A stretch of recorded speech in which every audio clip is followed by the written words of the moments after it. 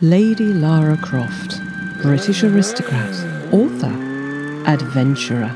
There is no one thing our globetrotter is famous for. There are dozens. She discovered the mythical Atlantis, a forgotten jungle full of living dinosaurs, and the incredible dagger of Xi'an.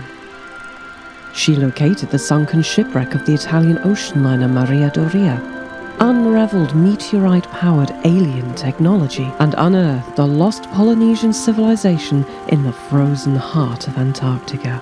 She even hunted down Bigfoot. The list goes on.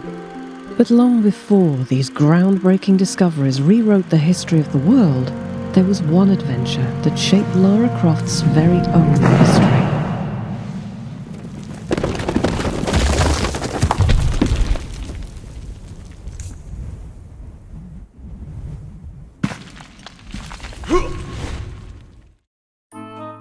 At only 16 years old, the rebellious young lady sets out on an expedition to the temple complex of Angkor Wat in Cambodia.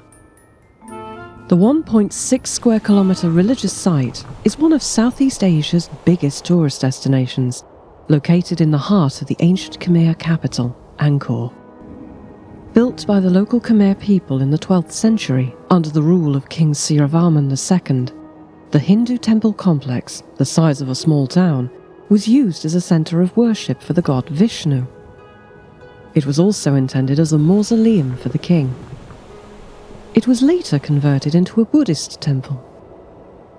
Europeans rediscovered it in the 16th century, after it had been abandoned by the local population. On her journey into this historical treasure trove, Lara Croft accompanies none other than the renowned Austrian archaeology prodigy Werner von Croy, who is taking his eager student along as an assistant and travel companion. The two first met when von Croy held a lecture at Gordonston Boarding School in Scotland, where his words greatly inspired our adventurous young student. Von Croy saw great scholarly potential in the witty young Lady Croft, and accepted her request to join him on his excursion to Asia. This was much to the dismay of Lara's disapproving father, who would much rather have seen his daughter attend royal gatherings in classy dresses than climb crumbling pillars in hot pants. But destiny, nudged ever so slightly by the persuasive personality of the Austrian professor, had other plans for Lara Croft. The unusual pair, who bonded over their mentor-student relationship and love of sarcasm on their way to Southeast Asia, now venture into a secluded part of the Angkor Wat complex. They are in search of an ancient machine known only as the Iris. Werner von Croy presumably mentioned the history of this magical artifact to his trainee, yet we the player are left guessing what its deal could be. Croft and von Croy trek across the ruins of Angkor Wat, unveiling hidden corridors and chambers, occasionally crossing exterior areas open to the public, yet without any visitors in sight. Perhaps von Croy was lucky enough to fund his way onto an exclusive off-tourist season visit.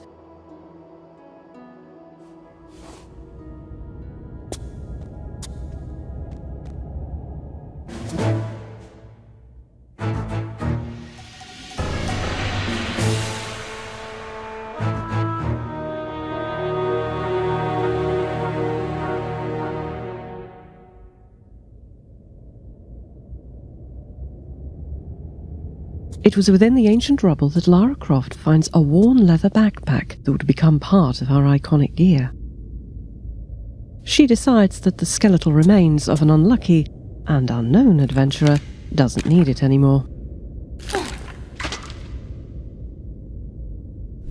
From that day on, she would rarely be seen treasure hunting without it.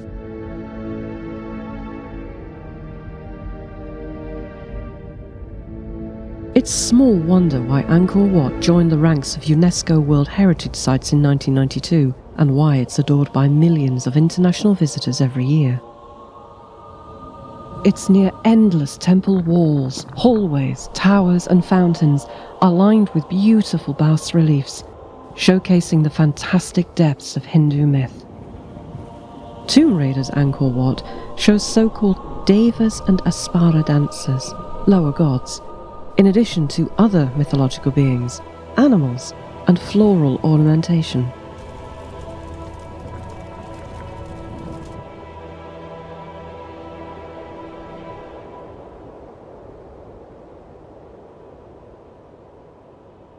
With all the deadly spike and arrow traps, and with wild boar roaming the city ruins, it's easy to understand Lord Heshingley's apprehension about letting his daughter travel with the archaeology professor. Deep inside the ruins, in an observatory-like sanctuary, a massive rotating globe, made up of large metal plates adorned with a modern world map, hovers above a moat. Weathered Khmer text steels warn the pair of what will happen if the globe is opened. And so the pupil excels the master. I congratulate you on your agility. Take your prize from the plinth. You have earned it. In the time it took you to find your way here, I've examined the inscriptions. It warns of vengeance on those who remove it. Ah, ancient hocus-pocus. Forget this nonsense and come over here. I don't count poisoned darts and triggered entombment, your average child's tea party. I feel we should lend this some respect. The globe cracks open like a mechanical orange and reveals the sought-after artifact, the ancient iris, a mysterious orb protected by layers of levitating mechanical plating.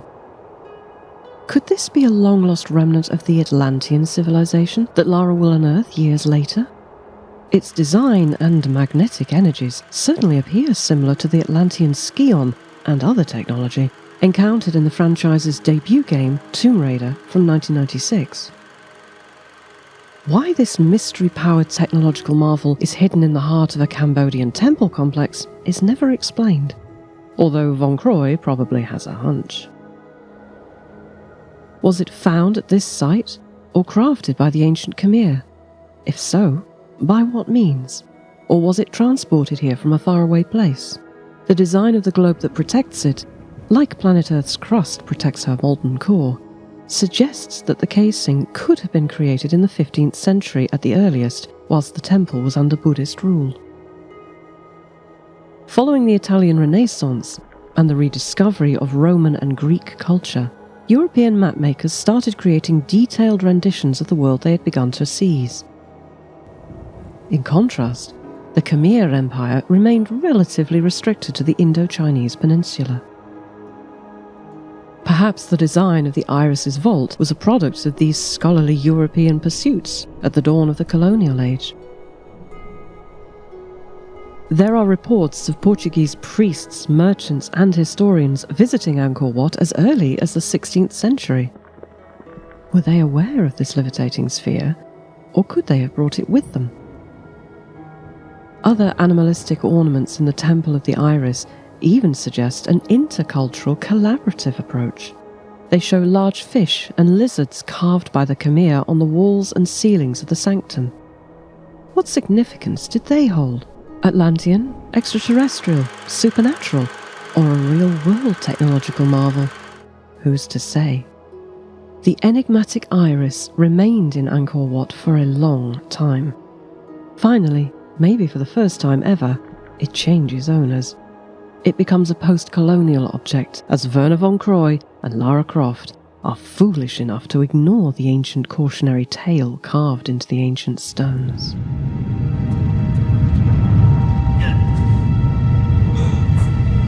My leg! My leg! I am trapped! My leg is trapped! Help me, Lara! Help me! Hold on! I'm coming back to get you!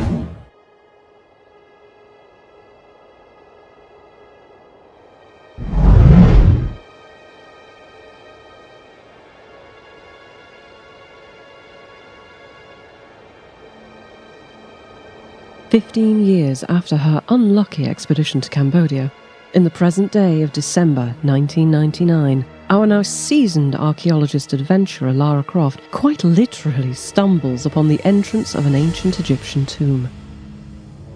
However, this is no ordinary tomb. This is not the final resting place of some noblewoman, famous politician, nor even a high priest or king. This is the tomb of Set, the god of desert storms, wrath, and chaos, in the middle of the world-famous Valley of the Kings in central Egypt, and neighbouring the rich afterlife housings of Egyptian royalty such as Pharaoh Tutankhamun and Ramses II, is one burial chamber that has remained unearthed until now. Having already discovered Atlantis, killed a dragon, and breached Area 51, finding a mythological god's tomb was bound to be on Lara Croft's bucket list. She had already made her fair share of Egyptian discoveries, ones that probably painted her fellow archaeologists green with envy.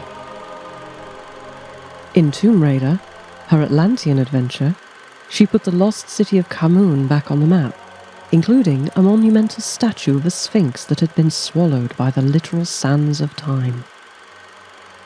Now, however, Lara Croft wishes to get her hands on another powerful artifact, one which could potentially change the course of the world once again.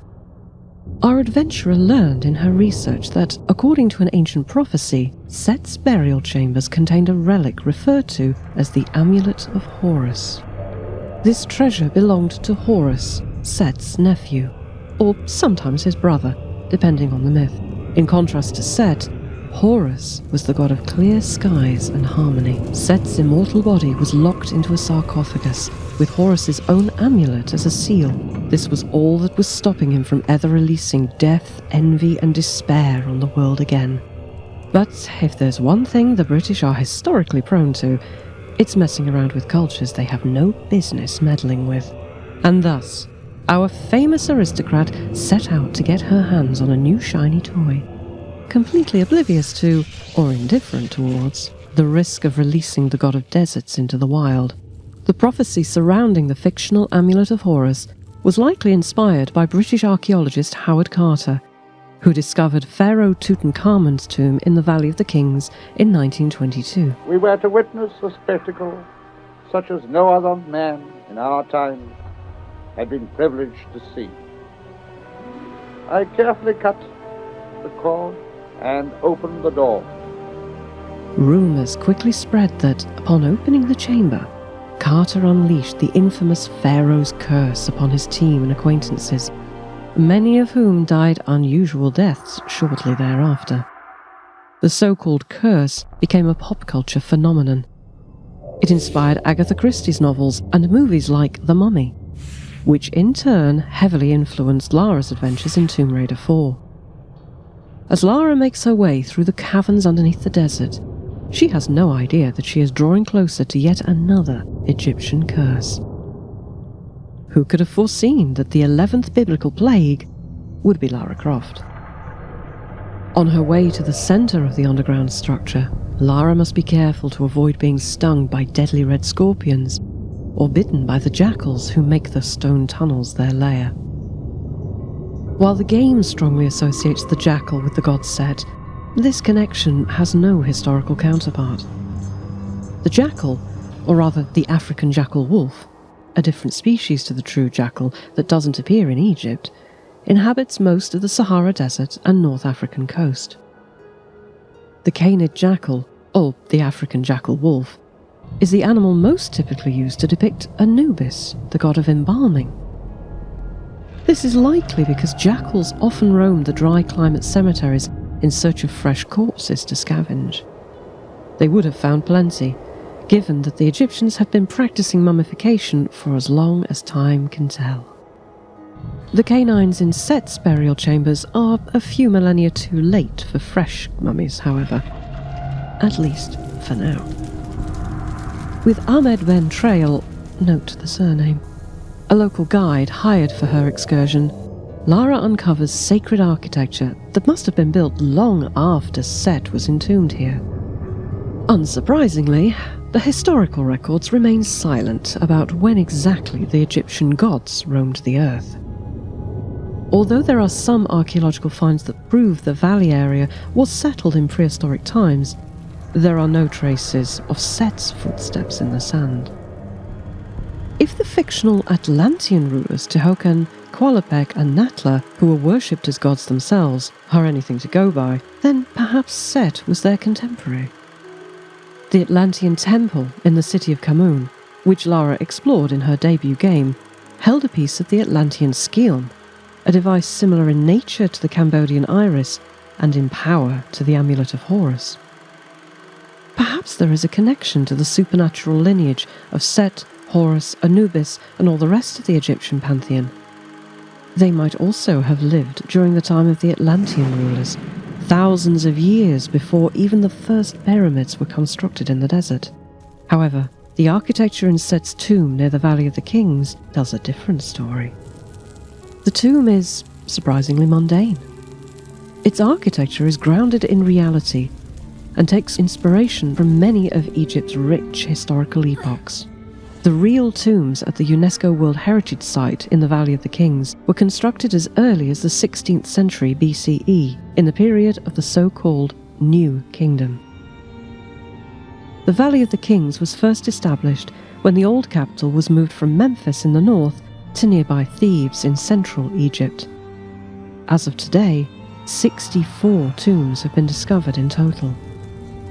Perhaps in Lara's world, the pharaoh's architects chose this site because they knew their ancient god was buried deep beneath the rocky surface and wanted to place their living god kings as close as possible to their ancient lineage. Set was worshipped by many, after all, despite his unhealthy tendencies to commit fratricide. It is also worth mentioning that the pharaohs believed that they were similar in nature and responsibility to the god Horus, so much so that they even picked a so-called Horus name as one of their 5 official titles upon assuming the throne.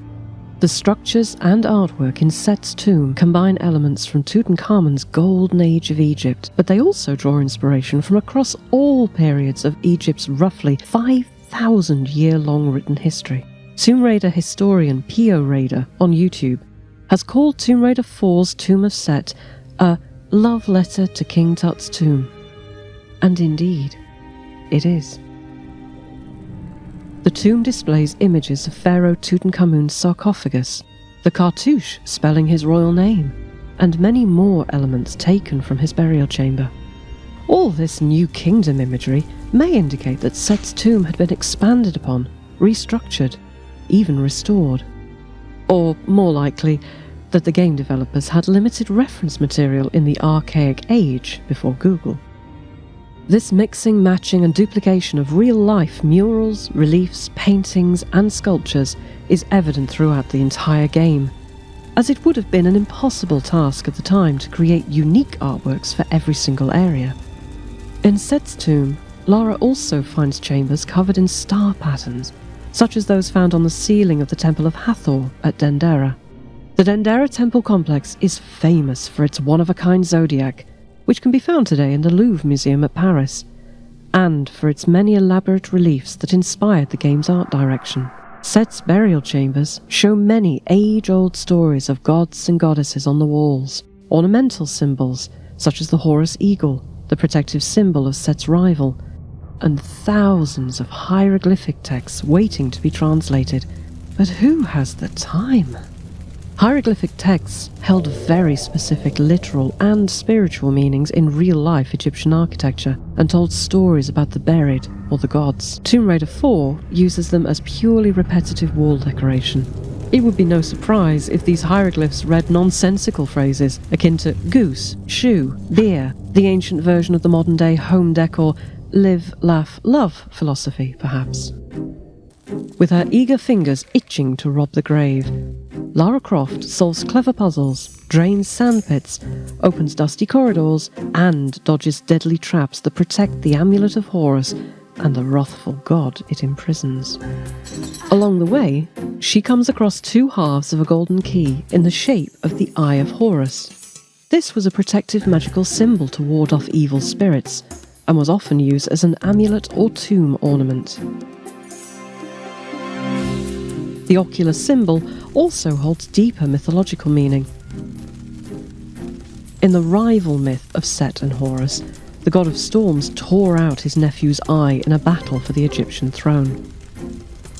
The eye was later restored by Thoth, the god of wisdom, and became a popular medicinal token or funerary object for the Egyptian population. And would you look at that? Amongst the stunningly intact architecture, Lara Croft finds yet another Sphinx, this one looking fittingly grim. The lion-bodied Sphinx has the head of a pharaoh, while its body merges with the rocky cavern behind it. Could the pharaoh depicted here be the same king under whose rule Set's tomb was restored and protected by all these traps and puzzles? The eerie sandstone Sphinx invites Lara into its mouth, revealing a corridor to the inner burial chambers, where the god of Wrath's undying body rests in his ornate prison.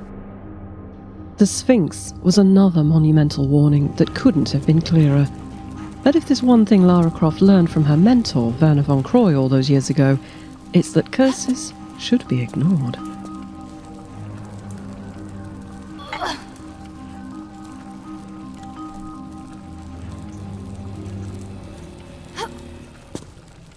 The effects of reviving Set's resting body and unleashing his spirit into the world become apparent immediately. His blood flows through the burial chambers and reanimates the mummified corpses of his priests, who are eager to get their mouldy hands on lively adventurers. The Amulet of Horus is a powerful, ankh-shaped key with a shiny ruby in the middle. It is inscribed with a hieroglyphic prophecy that Lara was unfortunately careless enough not to read. The ankh, much like the Eye of Horus, is a universal and ancient symbol of protection that originated as the titular hieroglyph, translating to the word for life. With the fate of life quite literally in her hands, Lara Croft looks for the tomb's back door and emerges in the scorching desert sun, stumbling directly into the heart of the Valley of the Kings. Here, her guide, Ahmed Ben Trail, lives up to his name. I, Semoket, High Priest of Horus, forewarn that he who removes the amulet shall have released Set. My trusty companion returns. The amulet, woman! Once called forth, shall the heavens split asunder, and the light of the sun, god Horus, banish the Lord of Darkness, Set.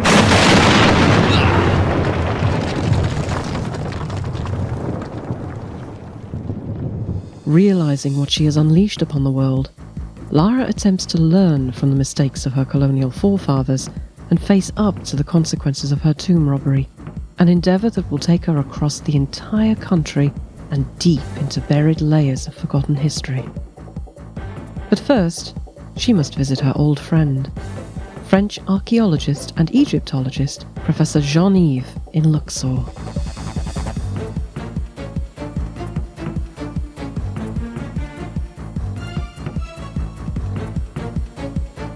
On her drive through the Valley of the Kings, Lara Croft encounters a tomb based on the real-life chamber KV9, where pharaohs Ramses V and VI were buried.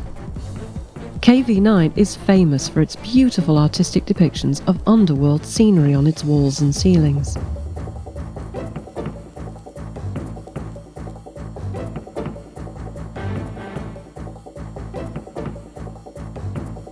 In the game, we also find 4 monumental pharaoh statues carved in the mountainside, which seem very out of place.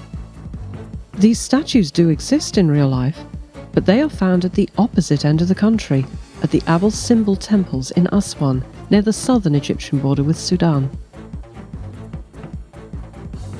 No matter if it's Abel Simnel or Luxor, Lara Croft has no time for sightseeing.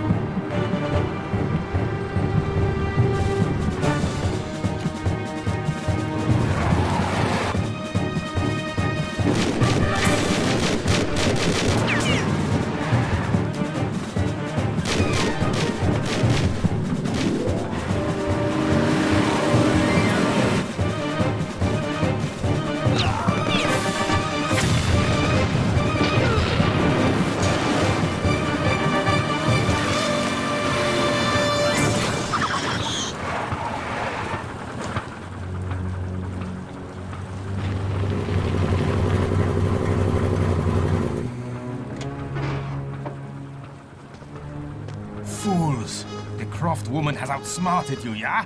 And now she escapes. The amulet, Herr von Croy. It talks of the priest, Semerket. Semerket.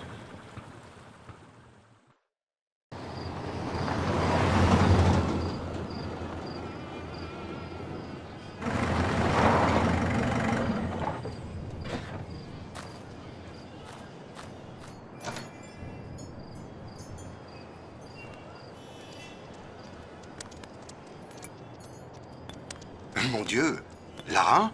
Jean-Yves, my faithful friend. I fear this is not a social visit. Only if you want Von Croy gate-crashing the party. Von Croy? I think he was looking for this. The Amulet of Horus. An almost legendary artifact. So, you have found and opened the tomb of Set. This doesn't bode well. Translating from the Hebrew, he who removes the amulet shall once more release the dark power of Set. And Set saith, I am the shadow across the sun. I am the bringer of plagues. My wrath will consume all lands and shall be ceaseless. The power to summon the sun god Horus to rebind the evil Set shall only be revealed to the bearer of the amulet within the temple of Semerket at Karnak. The ceremony is complete as the armor of Horus summons the sun god. The armor of Horus. At the dig site in Alexandria, my men talk fearfully of this. The armor must also be Von Croy's goal. Only one so ignorant of the prophecies would dabble with such a prehistoric evil. Ah, yes. Releasing Set. But how could you have known, my dear? Time to put things right and remove a thorn in my side in the process.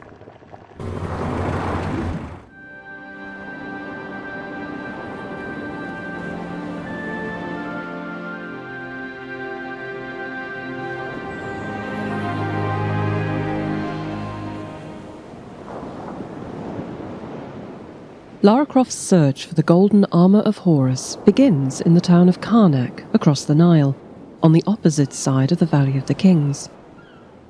Tomb Raider 4, unlike its three predecessors, is the first game in the series to heavily feature popular tourist destinations, rather than long-forgotten and hidden cities or civilizations. Therefore, we, the player, must heavily suspend our disbelief to accept that Lara can uncover lost tombs and temples and solve hieroglyphic riddles on the go in broad daylight, where complex archaeological digs have been undertaken for centuries. The temples of Karnak, another UNESCO World Heritage Site, make up 0.3 square kilometres worth of stone walls, large obelisks, monumental statues, and the famous Greek hypostyle hall that originally featured a total of 134 decorated columns with papyrus ornaments. The ones Lara Croft finds in the game seem to have been restored to their original state, as they feature beautiful bright colours as opposed to the more weathered ones that exist today. Karnak was a centre of worship for the empire's head god, Amun-Ra, where ritual sacrifices, communal singing, and prayer took place. Much like the Valley of the Kings, Karnak existed long before the New Kingdom, but became increasingly significant when the pharaohs moved their capital from Memphis to nearby Thebes, modern-day Luxor. The sand and limestone Karnak temple complex has been added upon century after century. Its hieroglyphic texts and imagery reflected the lives and deaths of hundreds of generations of Egyptians that frequented the premises, from priests to Roman emperors. It even housed Christian churches after the Roman Empire declared pagan cults to be forbidden.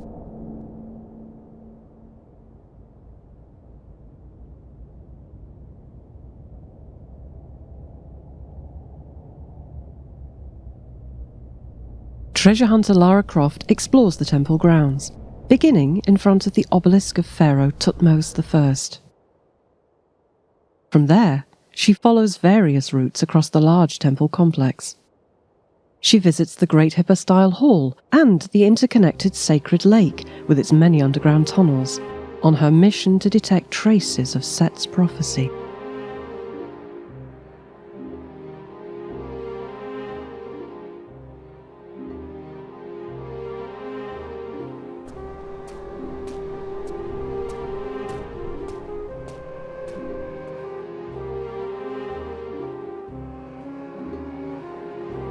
The game's vision of Karnak is much more convoluted than it is in real life. For example, Tomb Raider's Sacred Lake is filled with crocodiles that are usually only found around the Nile, much to the relief of Karnak's tourists. The real man-made lake in the centre of Karnak, which is fed by springs from the nearby River Nile, was used by priests for ritual bathing and religious ceremonies. In the middle of Karnak, as foretold by Jean-Yves' revelations in the previous cutscene, Lara Croft finds the tomb of a high priest of Horus named Semakhet. It is guarded by two monumental statues of Set, and is opened by the same Amulet of Horus that Lara obtained in the Valley of the Kings. One puzzle in Karnak requires Lara to collect two so-called canopic jars, urns that were used as important objects during embalming. The ancient priests of mummification would place the organs of the deceased into these canopic jars, which were then entombed as funerary objects.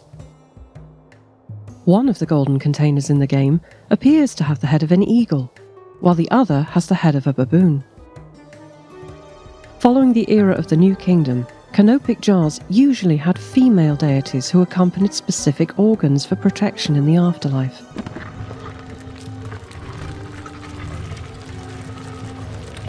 Our adventurer is right on the prophecy's doorstep. Sadly, Semakhet's tomb doesn't exist in real life. In the game's timeline, the Karnak Temple District must have been constructed right on top of it, either because the builders were unaware of the prophecy, or perhaps specifically because of it. Outside of the game, Semakhet is the name of the 6th pharaoh of the first dynasty of Egypt, who ruled in the early 3rd millennium BCE. Not much is known about this pharaoh, whose real tomb was excavated in 1889 by English archaeologist Sir Flinders Petrie, the mentor of Howard Carter. We know nothing about the fictional high priest Semakhet's life, other than his involvement in the battle between Set and Horus, which would place him in the same prehistoric timeline as the deities.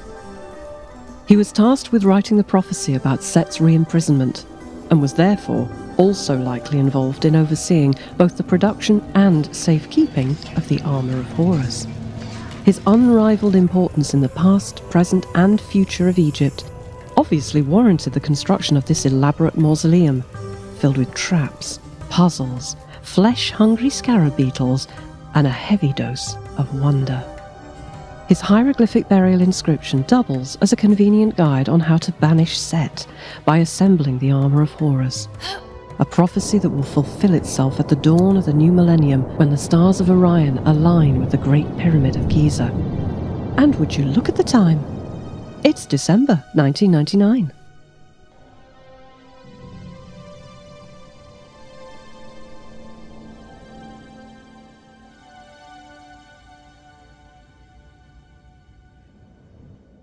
Miss Croft! Von Croy. You sound concerned, my dear. Have you misplaced something? Nothing I shan't be retrieving at a later date, Lieber. Lara Croft has no time to worry about her clearly resentful former mentor, who has shown up out of nowhere, and she presses on into the depths of Semakhet's tomb. Before she can progress into his burial chamber, however, our adventurer must first beat the disembodied spirit of the deceased in a life-sized game of Senet.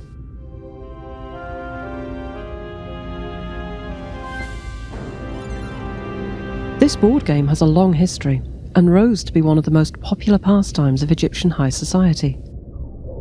Many Senet sets have been found in tombs dating from 3000 BCE to 300 CE, consisting of ivory, ceramic, faience or wood.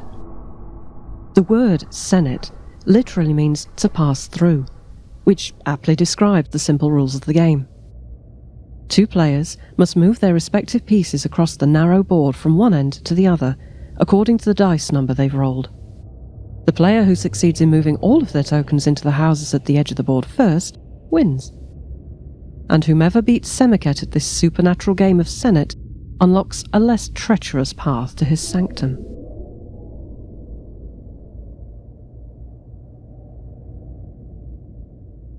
Semiket's Senate Hall is covered in murals and carvings of the head of the goddess Hathor.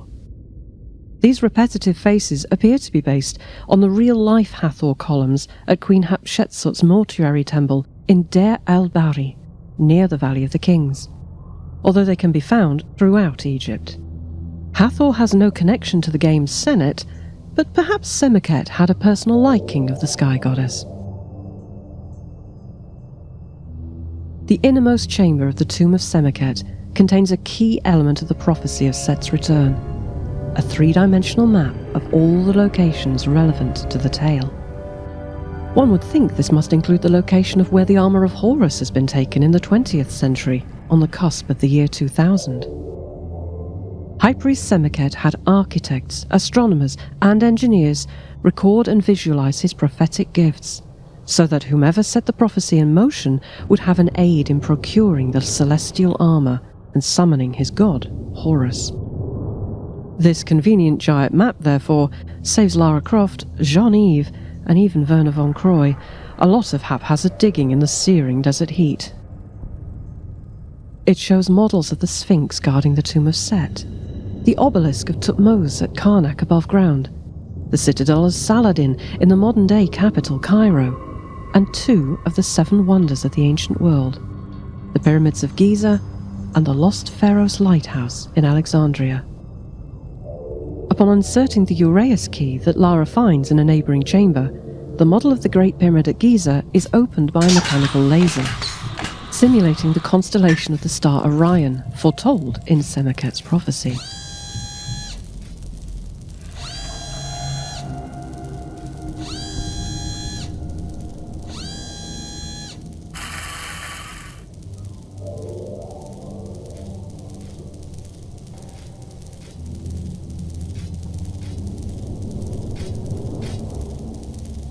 The golden Uraeus has the shape of a winged serpent with a human head. Uraeus is actually a Latinized version of the Egyptian word for upright cobra. The symbol adorned the head ornaments of pharaohs for thousands of years as a representation of the goddess Wadjet, who could also be depicted as a lioness.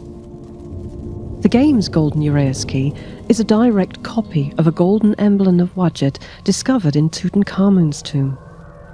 It was likely never used as a Uraeus, but as an amulet placed on the king's mummy.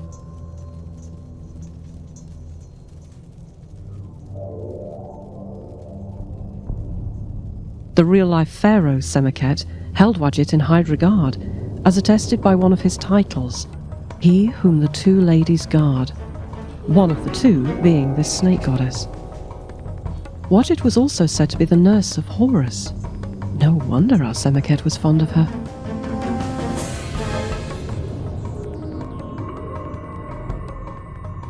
Before she can leave Semiket's tomb and look for the armour of Horus, a deadly creature stalks Lara through its basement. This supernatural black and gold hybrid of a ram and bull is out for blood. Perhaps it used to be a statue until Set breathed unholy life into it. This mythological monster was likely inspired by the hundreds of ram sphinxes that greet visitors along the so-called Avenue of Sphinxes leading to the Karnak temple complex. After escaping the ram unscathed, Lara runs into her former guide, Ahmed Ben Trail, and learns where Werner von Croy is hurrying off to. Hands on your head. Take me to von Croy.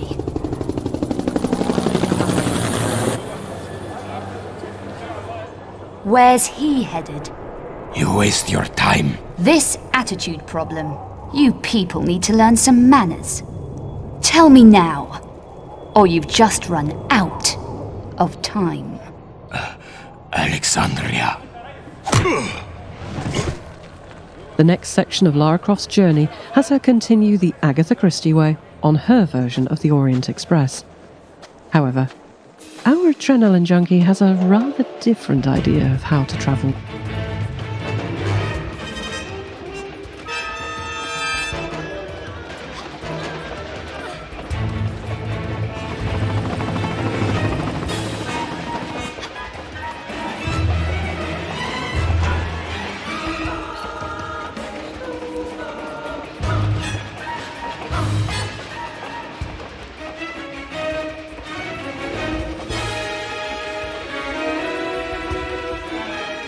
In the Mediterranean port city of Alexandria, Lara Croft can kill 2 birds with 1 stone, confront the resentful Werner von Croy, and simultaneously meet up with her friend Jean-Yves to plan her next steps. Jean-Yves currently resides in central Alexandria. Here, he leads the excavations of Queen Cleopatra's palaces. Lara's fictional friend bears a striking resemblance to the real French archaeologist Jean-Yves Humperet, who happened to also live and work in Alexandria at the time. The unauthorized similarities between the two resulted in a lawsuit against Eidos. The real Jean-Yves won the case against his virtual counterpart. After Lara Croft set the curse of Set in motion, the earth began shifting, bringing buried history, silent for millennia, back into the light of day. Locusts plague the local crops. Tombs have reopened. Skeletal warriors and undead mummies roam the streets. People in Alexandria have begun to flee their city, arming and barricading themselves behind closed doors, perhaps hoping for the military to arrive and face the monstrous threat.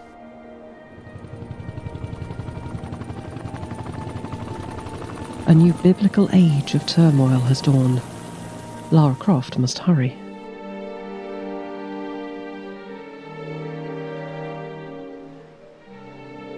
The city of Alexandria has, in the grand scheme of things, relatively modern foundations, arranged by none other than that Macedonian military wunderkind, Alexander the Great. The king founded the city in 331 BCE after his conquest of Egypt, roughly 3,000 years after the construction of the Great Pyramid of Giza. The Greek architect Dinocrates was tasked by Alexander to design the city based on the so-called Hippodamian grid plan, resulting in long, broad streets with plenty of crossroads. Alexander the Great was crowned Egypt's first Greek pharaoh in the old capital of Memphis. He thus began the Hellenistic influence on Egyptian society, art, and culture, which would last all the way to the age of the Roman Empire. Alexandria became a capital city of the ancient Mediterranean world, and still plays a vital role in the globalized trading network today.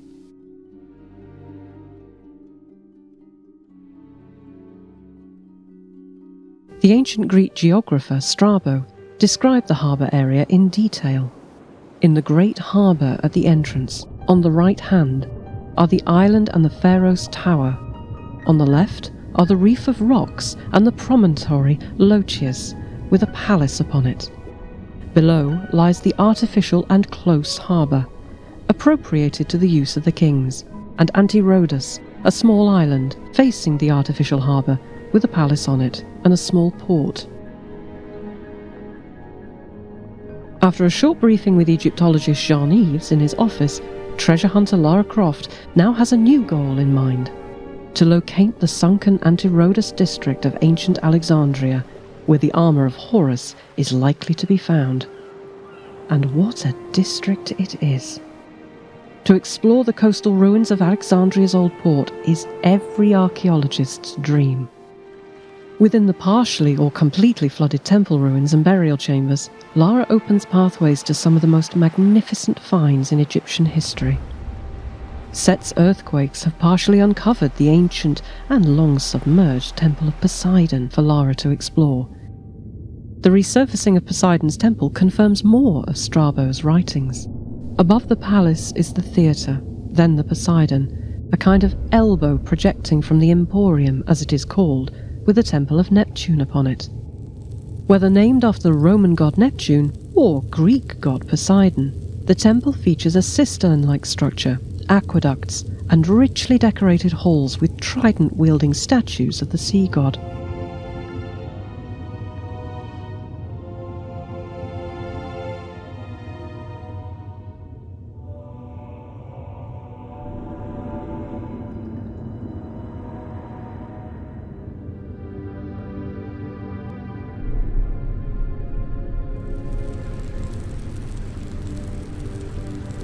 Among Alexandria's video game ruins is a beautiful mosaic portrait of Medusa, the snake-haired monster whose gaze famously turned every onlooker into stone. Lara encounters many more of them throughout these levels. This particularly intricate example is a copy of a real-life floor mosaic that was excavated in the dining room of a 2nd century Roman house in the wealthy Brucheian quarter of Alexandria. This so-called Gorgonian, the Greek name for pictures of Medusa, was likely supposed to protect the home's owners from bad fortune. The stunning real-life portrait medallion, which is only part of a much bigger mosaic floor with mesmerizing patterns, has been carefully restored by archaeologists under the leadership of the real-life Johnese emperor. After restoration, it was moved from the site of its discovery to Alexandria's National Museum, where it can still be admired today. Submerged completely underwater, seemingly carved into a cliff, is another temple, this time dedicated to the goddess Isis. It sits within the rubble of the Pharos, the famous lighthouse of Alexandria, which was one of the 7 wonders of the ancient world. Although the lighthouse, whose massive stone blocks can still be found in the sea to this day, was famously destroyed by earthquakes and tsunamis in the Middle Ages, the game's Temple of Isis remains unscathed. Like Poseidon's temple, Isis's temple did once exist on the Pharos stretch of land in Alexandria's harbour. However, its dimensions were not recorded, and it may have only been a shrine.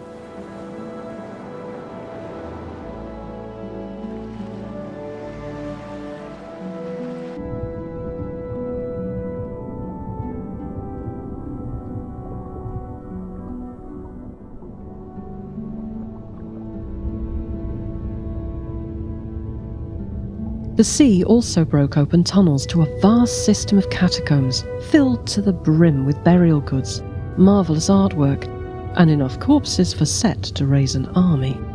These catacombs are based on, or inspired by, the Roman catacombs of Comel Shocafa, a nod to the mound of broken terracotta pottery found in the area. The underground necropolis was constructed in the 2nd century CE and was actively used until the 4th. It displays a symbiotic blend of Greek, Roman, and indigenous Egyptian art, and is a prime example of how different religious cults coexisted in the Roman Empire.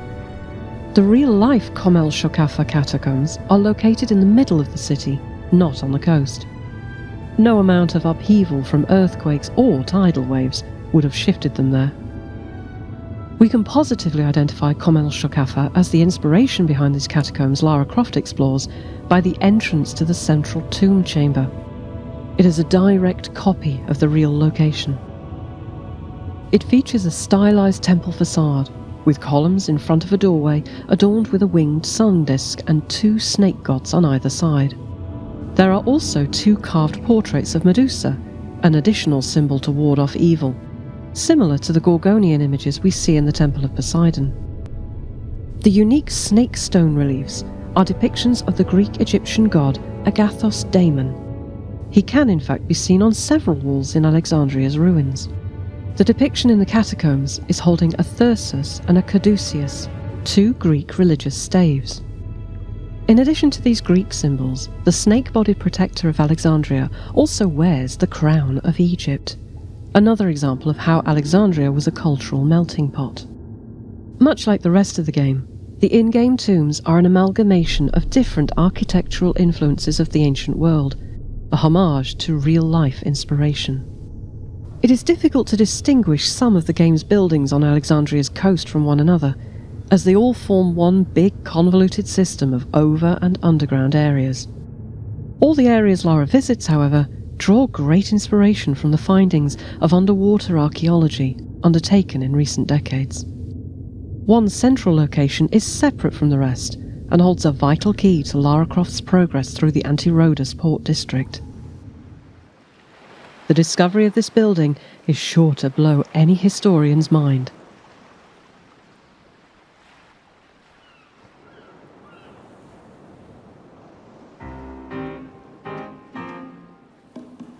It was long believed lost, but there it is, slumbering beneath the waves. The famous Library of Alexandria.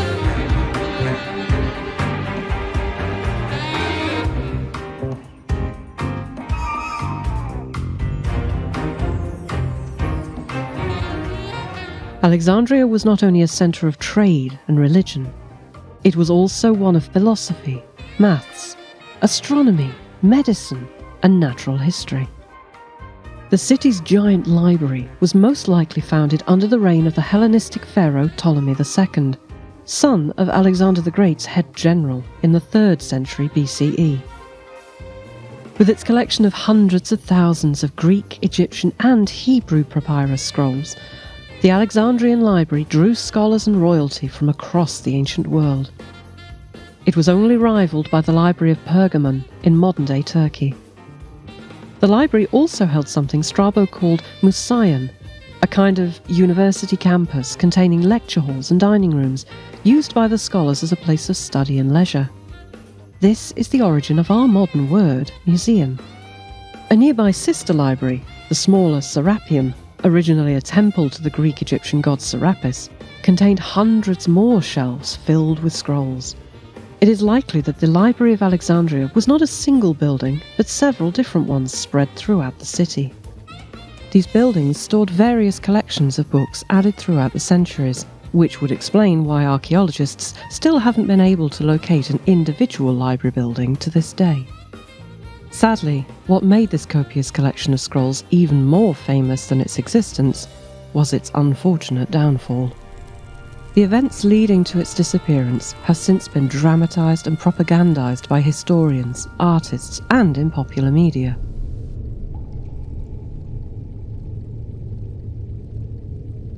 For a long time, it was believed the library was burned to the ground by Arab invaders, who conquered the city in 642 CE.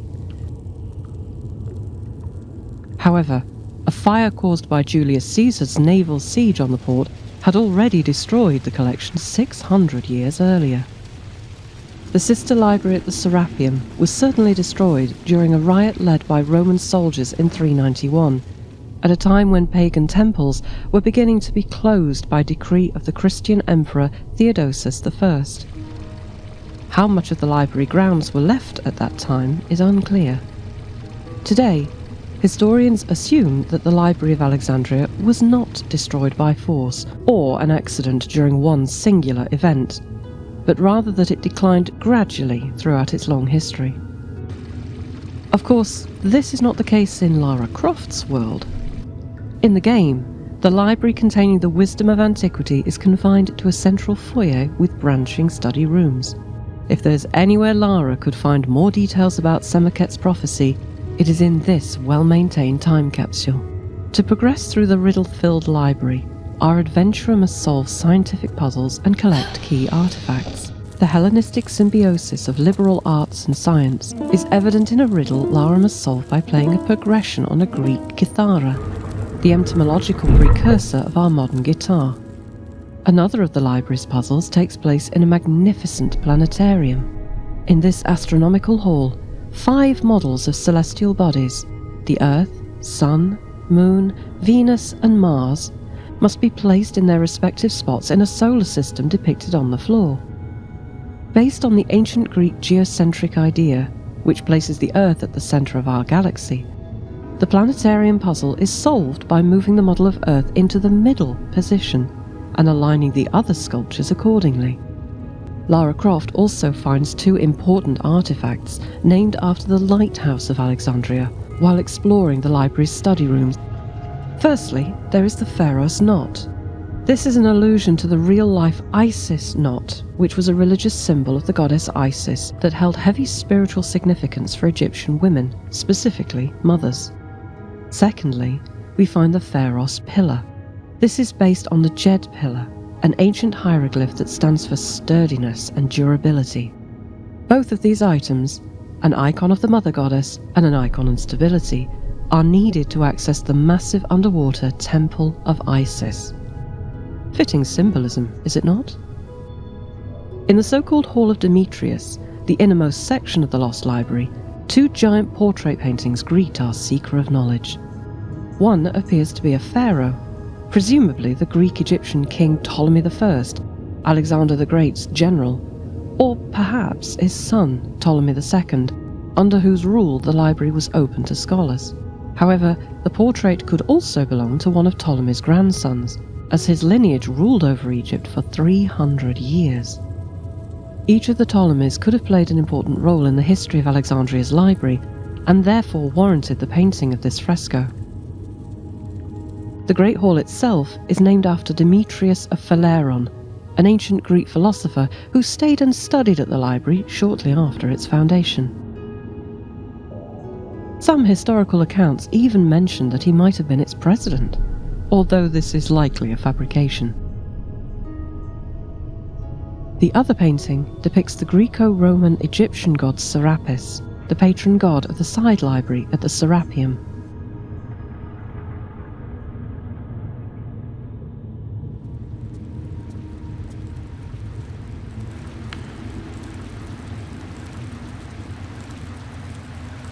The tablet was returned to the sands that had spawned it beneath the citadel. Citadel of Saladin in ancient Cairo, foretelling of the time in the distant millennia when the stars of Orion come together.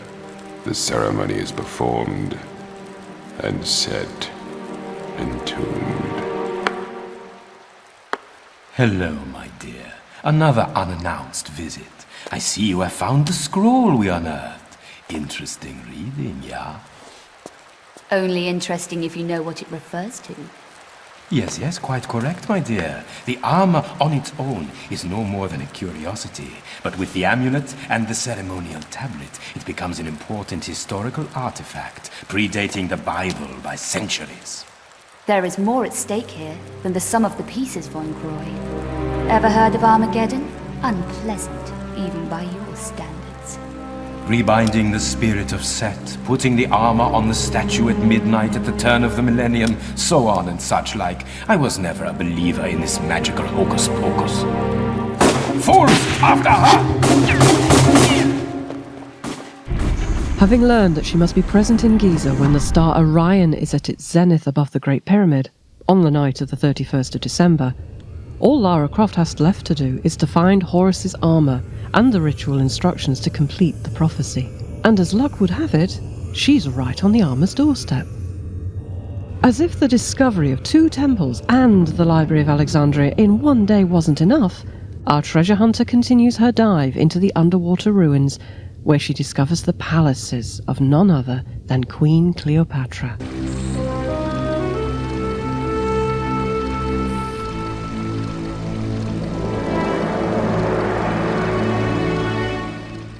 Within one day, Lara miraculously uncovers archaeology that her friend Jean-Yves has been seeking for months.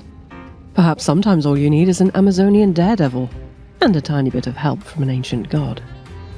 Cleopatra VII Philopator was the last pharaoh to rule over Egypt before the land of the Nile was incorporated as a province of the Roman Empire. Her palace on Antirrhodus Island, off the coast of Alexandria, has long been lost to time. Only a few traces of what are believed to be its foundations have been rediscovered in the modern port. In the game, as has been confirmed with real-life archaeology, these traces converge with those of the Temple of Isis on the Antirrhodus Isle, as described by Strabo. Cleopatra's palace grounds might even have housed both her and her Roman lover Mark Antony's mausoleum, which remains undiscovered to this day. As told by the Roman historian Cassius Dio, in it quantities of treasure were found, for Cleopatra had taken practically all the offerings from even the holiest shrines. Cassius Dio, who lived approximately 200 years after Cleopatra, was only writing down what had already become a legend in his time. Even if Cleopatra's tomb originally held vast quantities of treasure from all over her lands, they could easily have been plundered, redistributed, or lost by Dio's age. Not so in Lara Croft's timeline. In the game, Cleopatra's thirst for knowledge and her incentive to accumulate treasure from Egypt's long history in her royal Ptolemaic capital was what brought High Priest Semaket's prophecy to her attention. Did she understand that she herself was an important figure in the prophecy? Or was she drawn to the sheer power of possessing the mythical armour of her god? Cleopatra famously enjoyed dressing up as the goddess Isis, the mother of Horus. It is therefore only fitting that she would have taken her mythological son's armour into her keeping. She then organised expeditions to locate the missing pieces of Horus's armour and had them transported to her palace for safekeeping. We cannot know for certain where she originally located the armour. Was it entombed along with Semaket at Karnak? But Cleopatra subsequently split the set up and had the greaves, gauntlets and chestplates stored in ornate stone sarcophagi throughout her palace grounds. And so Semaket's prophecy fell into place. The pharaoh had the armour brought to her residence, making Alexandria a key location on the high priest's divinatory map.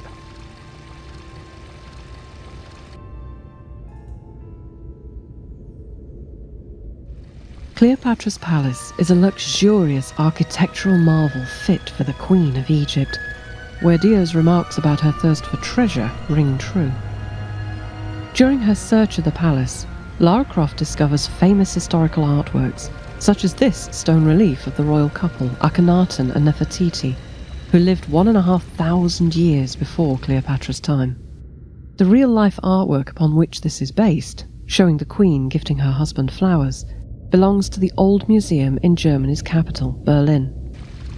In Tomb Raider 4, however, the carving seems to have found its way into Cleopatra's royal collection and grown to 10 times its original size. We can also see a famous sculpture of Pharaoh Menkaure, one of the 3 pharaohs entombed in the pyramids of Giza, standing between 2 goddesses. Its real-life counterpart can be found in the Egyptian Museum in Cairo. Among the riches, we also find the Dendera zodiac from the Temple of Hathor, the same that inspired the star ceilings in the tomb of Set.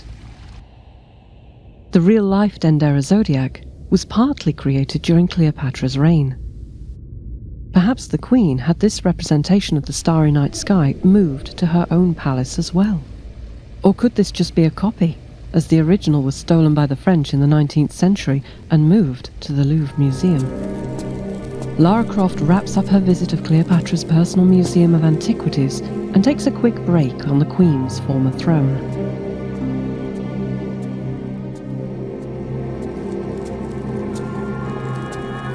Before she grabs the final pieces of the armour of Horus from the treasury, however, she is interrupted by Cleopatra's guardians.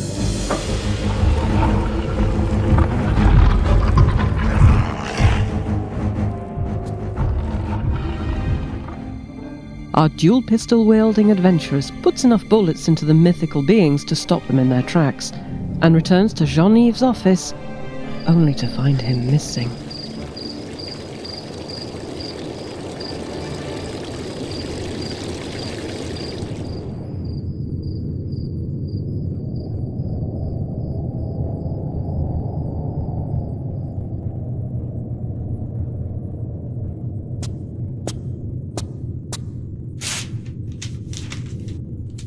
Congratulations! You survived to fight another day. I trust that you now have all the armor.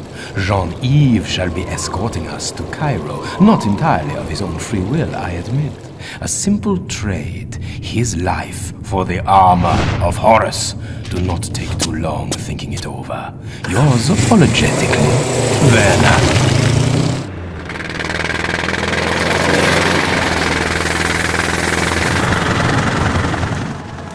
Arriving in Egypt's modern-day capital, Cairo, Lara discovers that things have gone from bad to worse. Set's sinister curse has pulled the land into darkness. Mythical demons, dragons, overgrown scarabs, and flesh-hungry crocodiles lurk in the dark corners of the streets, which are completely devoid of human life. A ghostly silence has fallen over the war-torn city.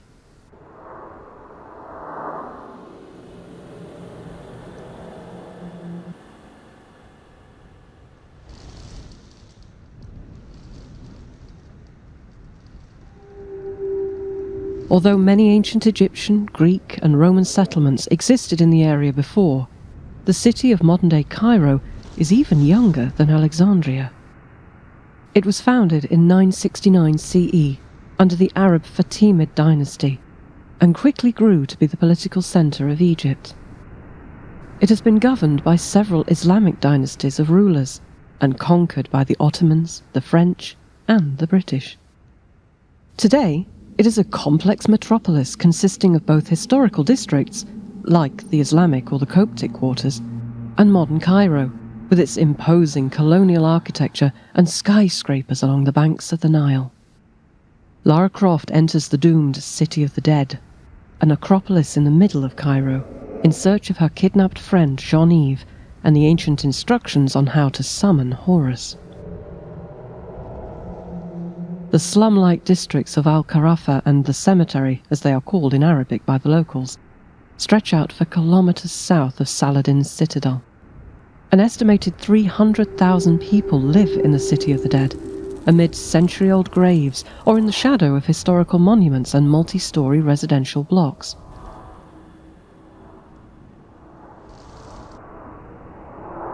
According to Lara's hasty research at the Library of Alexandria and Semaket's prophetic map under Karnak, Set's binding spell should be buried below the citadel of Saladin in Cairo's Islamic Old Town.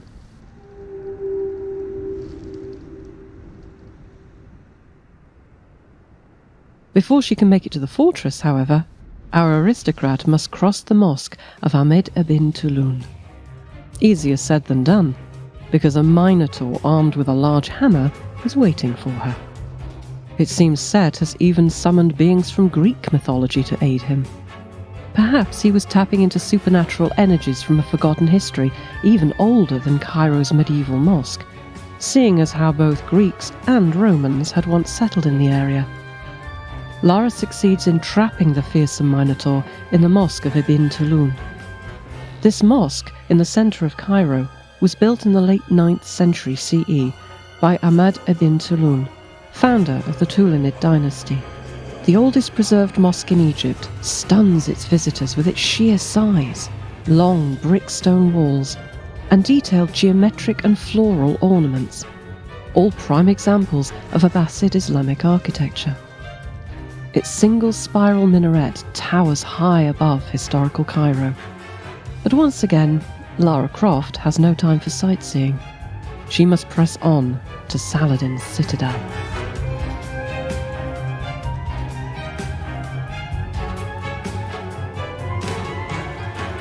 Our adventurer navigates the narrow abandoned streets and alleyways on Jean-Yves' motorbike into the historic centre of Cairo, where the massive fortress walls of the citadel of Saladin stand tall as a final beacon of hope.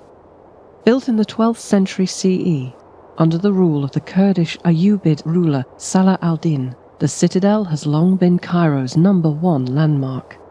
It has become synonymous with the historical Islamic quarter and one of the biggest tourist attractions in the area after the nearby pyramids of Giza. Sultan Salah al-Din, shortened to Saladin, had the fortress built to defend the city against European crusaders in 1207, and was the seat of power for his successors. The weighty limestone walls and towers may have prevented the crusaders from conquering Egypt, but will they be enough to stop Set's demonic army? Lara Croft and Werner von Croy have made it inside the citadel's walls. Here, our treasure hunter finds Jean-Yves tied to a pillar.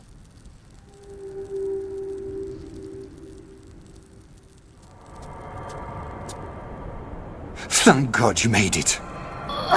Von Croy, I saw it myself. I would not believe such a thing. He's possessed of Set. Get out of here, Jean. I have a feeling things may turn nasty. He's digging under the citadel, into the Crusaders' vaults, in search of the ceremonial tablet. The tablet which contains Set's binding incantations. Be careful, Lara. I fear there are things in the vaults man was not meant to see. I'm not a man, Jean, and I'm always very, very careful.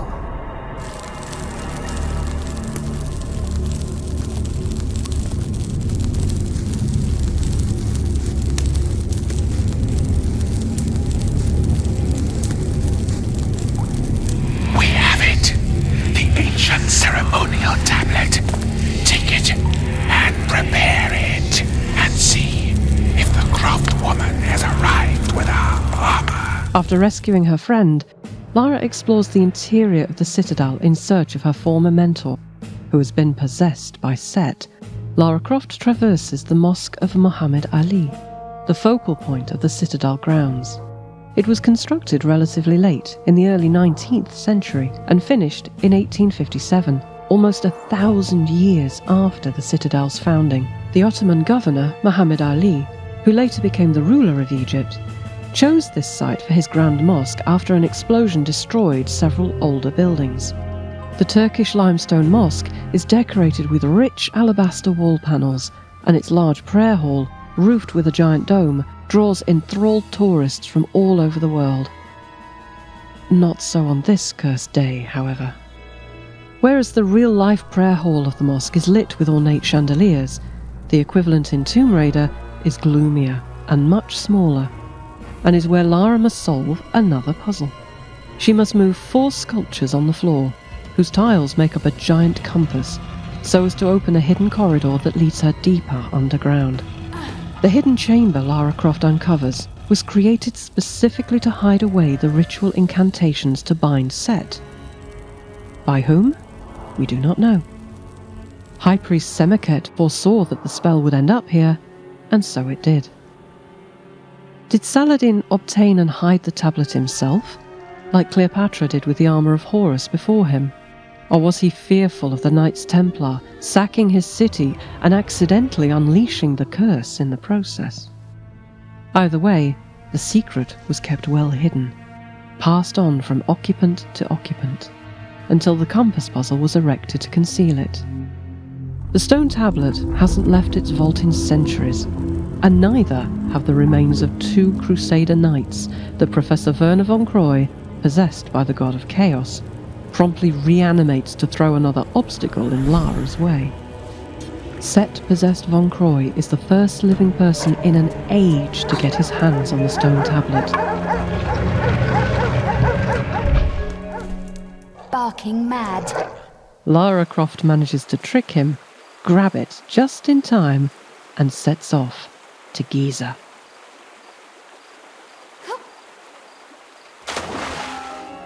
Finally, with the armour of Horus, his amulet, and the ritual tablet in her possession, Lara Croft arrives at the heart of Egypt's millennial-long history, the necropolis of Giza, 10 kilometers west of Cairo.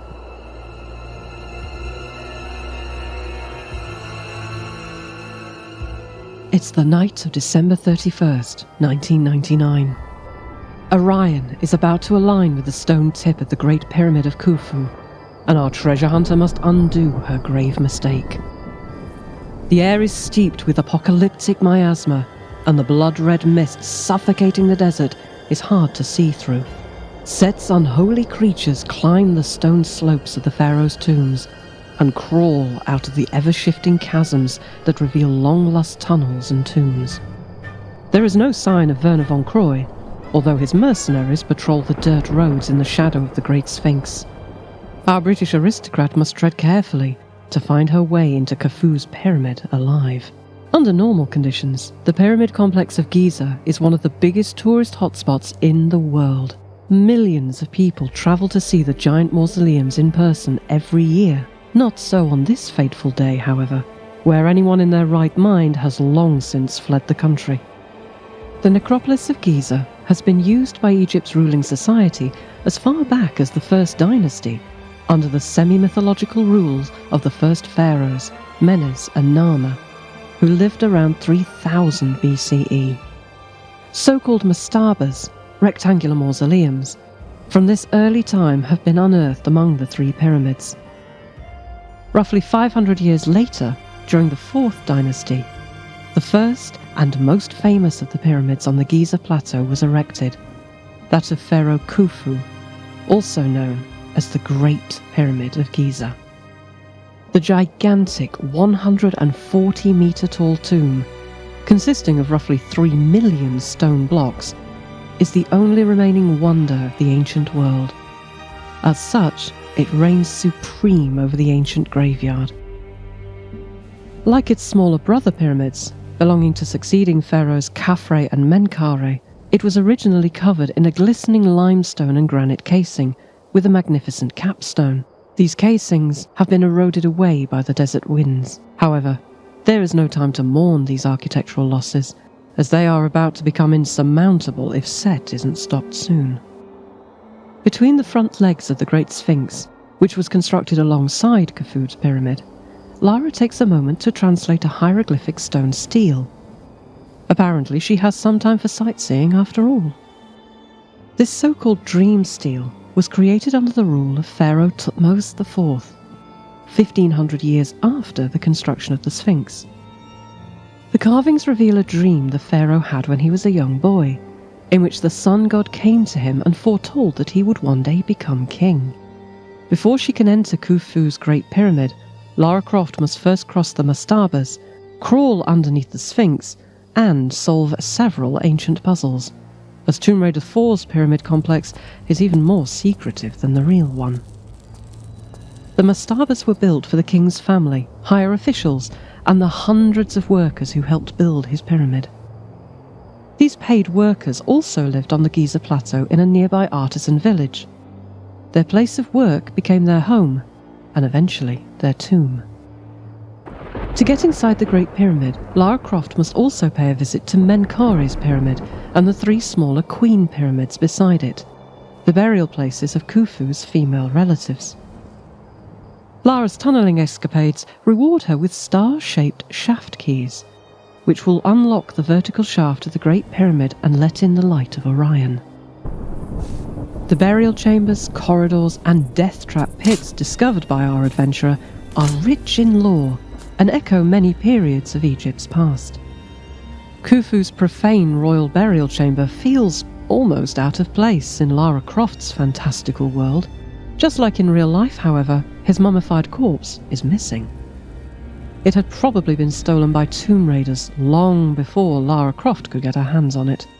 Inside his pyramid, we enter mystical territory that must surely coincide with the lifetime of High Priest Semakhet, to the mythological age when Set and Horus themselves still walked the earth.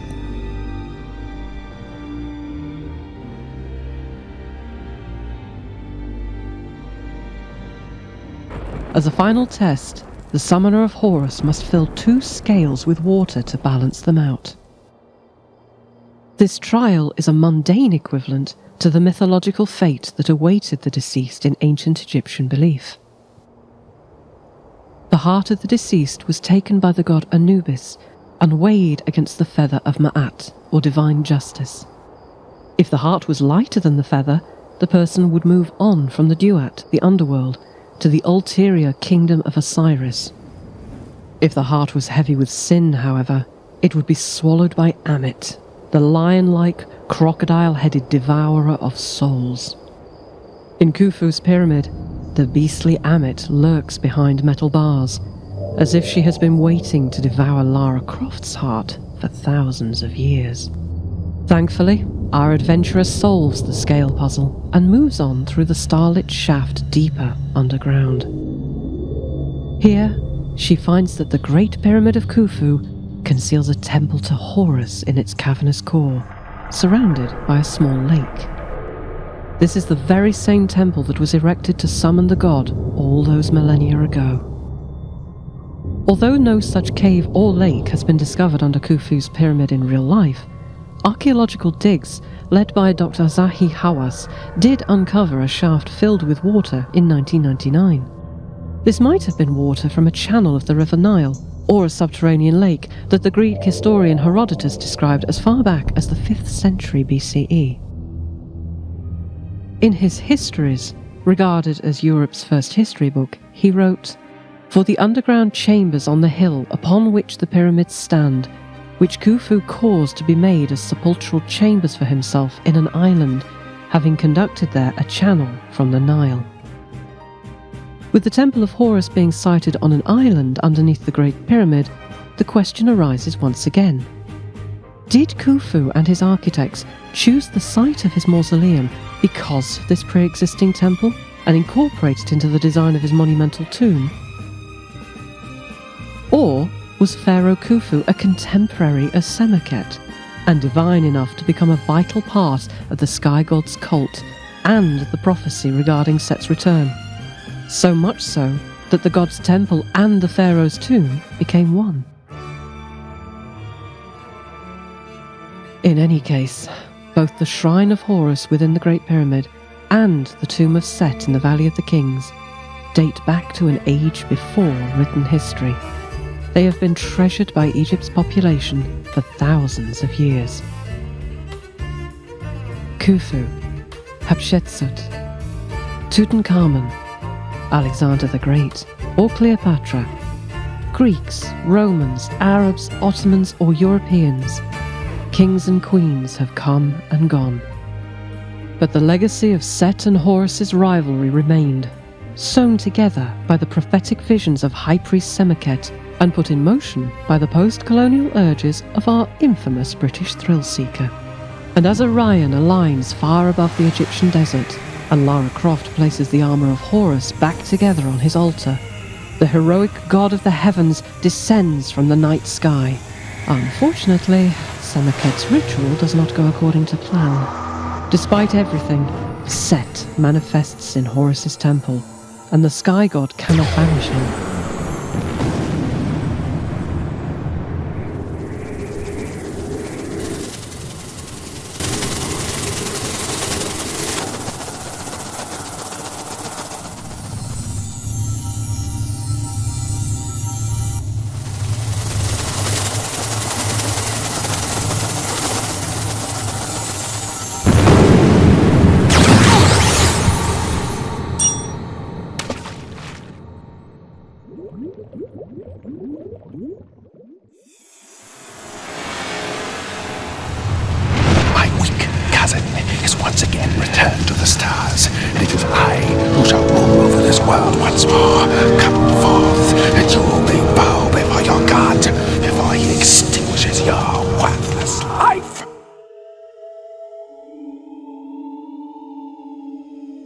Lara Croft must act swiftly. She flees the cave and traps the wrathful god of chaos inside, leaving behind the Amulet of Horus that she travelled to Egypt for in the first place.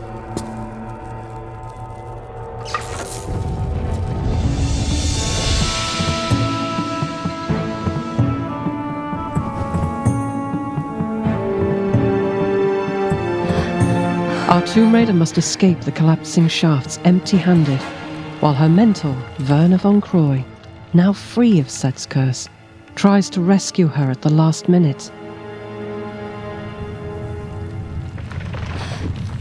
Quickly, girl, before it collapses around you. You back, Werner? No more Set? No time.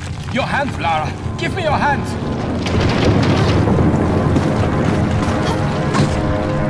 Take my hand. I can pull you to safety. Good to see you again, Werner. I couldn't leave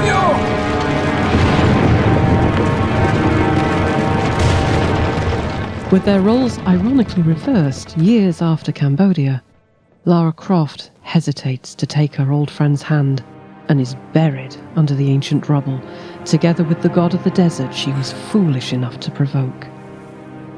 Khufu's pyramid has become a tomb once again. Or has it?